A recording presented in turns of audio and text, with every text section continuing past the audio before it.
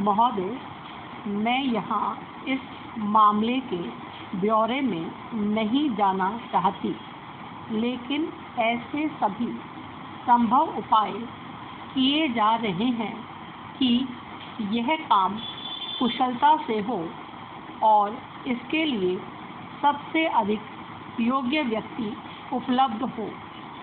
स्वाभाविक है कि जब कोई नया काम प्रारंभ किया जाता है तो कठिनाइयाँ हो सकती हैं, विशेषतः ऐसे कार्य में जिसका राजनैतिक दल और अन्य निहित स्वार्थ वाले लोग डटकर विरोध कर रहे हों और जिसे वे विफल बना देना चाहते हों।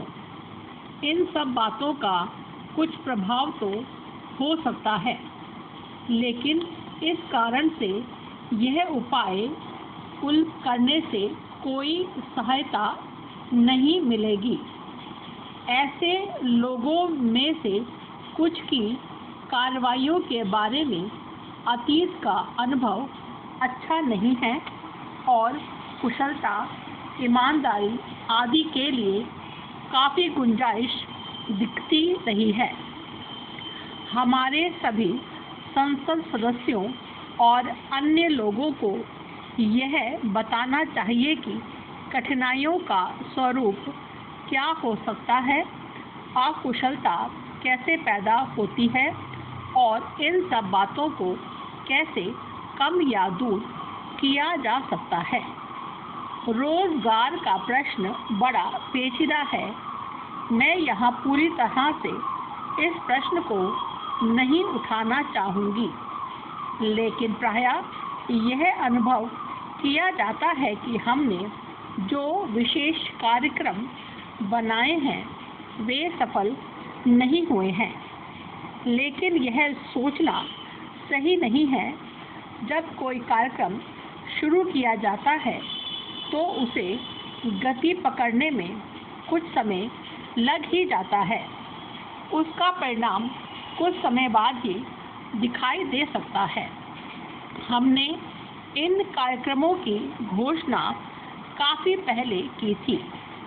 उनकी प्रगति को लेकर मैं भी चिंतित थी। मैंने इस मामले में मुख्यमंत्रियों तथा अन्य संबद्ध लोगों से स्वयं संपर्क किया है। अब इन कार्यक्रमों को सुफल सामने आ रहा है। लोगों को रोजगार के अवसर मिल रहे हैं।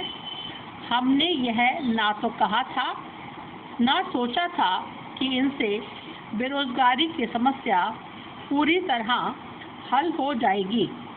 इसके लिए तो आगे और विकास अनिवार्य होगा और हम यह प्रयत्न कर रहे हैं कि योजनाओं तथा परियोजनाओं के अंतर्गत हमारी कुशल जनशक्ति को काम मिल सके। इस बीच जिन कार्यक्रमों की बात सोची गई थी वे अब कार्य रूप ले रही हैं तथा बहुत से बेरोजगार लोगों की मदद कर रही हैं।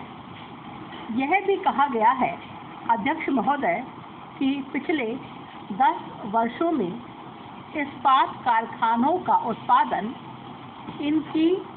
उनकी क्षमता का 50% भी नहीं रहा है।